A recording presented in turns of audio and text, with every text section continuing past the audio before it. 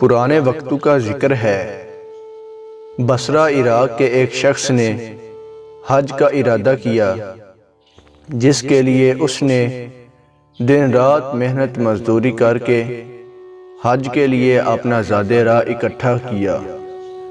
آج کل کے دور کی طرح اس وقت بھی لوگ قافلوں کی صورت میں حج پر روانہ ہوتے تھے۔ قافلے کے افراد کو جمع کرنے کے لیے ایک انتظار گاہ بنائی گئی تھی، جو اس کے گھر سے کچھ ہی دور تھی۔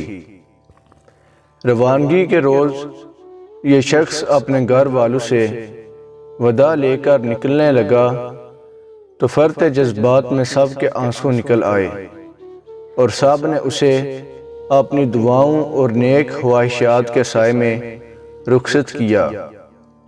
اس شخص کے گھر اور قافلے کے انتظار گاہ کے درمیان ایک جنگل پڑتا تھا۔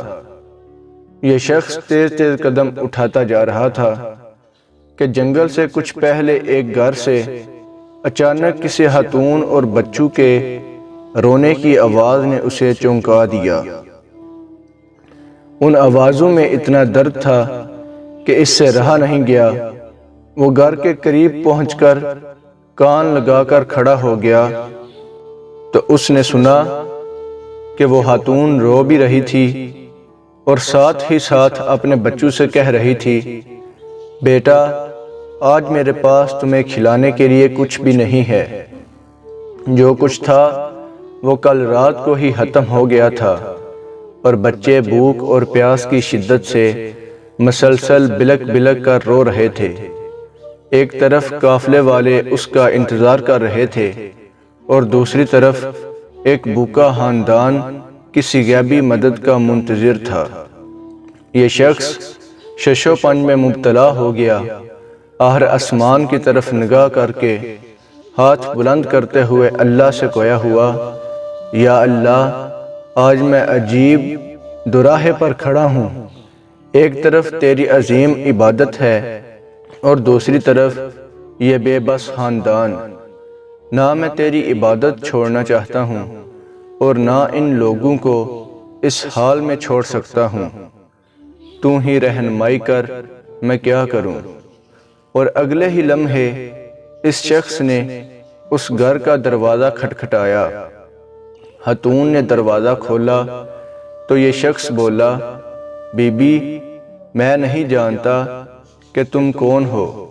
میں بس ادھر سے گزر رہا تھا کہ تمہاری رونے کی آواز نے مجھے رکنے پر مجبور کر دیا۔ میں نے تمہاری ساری باتیں سن لی ہیں۔ یہ لو، میرے پاس کچھ پیسے اور کھانے کی چیزیں ہیں، ان سے اپنے اور اپنے بچوں کے لیے کچھ کھانے پینے کا بندوبست کر لو۔ وہ خاتون اپنے جذبات پر قابو نہ رکھ سکی اور روتے ہوئے بولی، اے اجنبی، پچھلے دنوں میرے شوہر کا انتقال ہو گیا تھا، تبھی سے ہم پر مصیبتوں کے پہاڑ ٹوٹ پڑے ہیں۔ آپ کی بہت بہت مہربانی جو آپ نے ہم غریبوں پر اتنا رحم کیا۔ اللہ آپ کی دلی مراد پوری کرے۔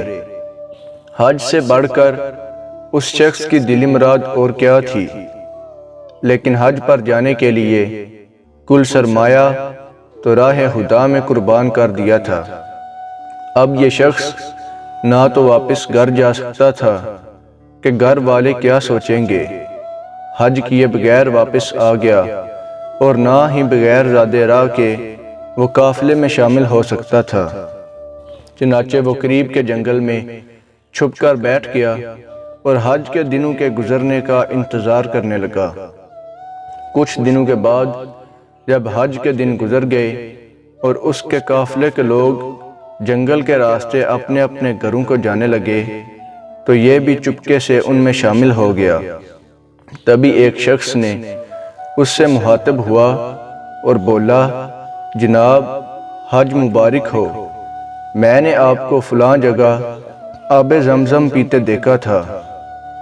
پھر کچھ دیر کے بعد ایک اور شخص بولا، میں نے آپ کو صحیح کرتے دیکھا تھا۔ ایک اور شخص بولا، میں نے آپ کو طواف کرتے دیکھا تھا۔ غرض کہ ہر حاجی اس کے حج کے موقع پر موجودگی کی دلیل دینے لگا۔ یہ شخص گھر پہنچا، گھر والوں نے بھی پرتپاک استقبال کیا اور حج کی ڈھیر ساری مبارکباد دی، لیکن یہ شخص اندر ہی اندر پریشان تھا۔ میں تو حج پر گیا ہی نہیں تھا، تو پھر کیوں ہر حاجی میرے وہاں پر موجود ہونے کی بات کر رہا ہے؟ ظاہر سی بات ہے حج سے واپسی پر کوئی حاجی جھوٹ تو نہیں بولے گا، لیکن ماجرا کیا ہے یہ سمجھ سے باہر ہے۔ انہی سوچوں میں گھومتے گھومتے اسے نیند آ گئی اور وہ سو گیا۔ عالم حواب میں اسے بشارت ملی کہ اے نیک دل انسان، تم نے حج جیسی عظیم عبادت کو چھوڑ کر مخلوق خدا کی مدد کی۔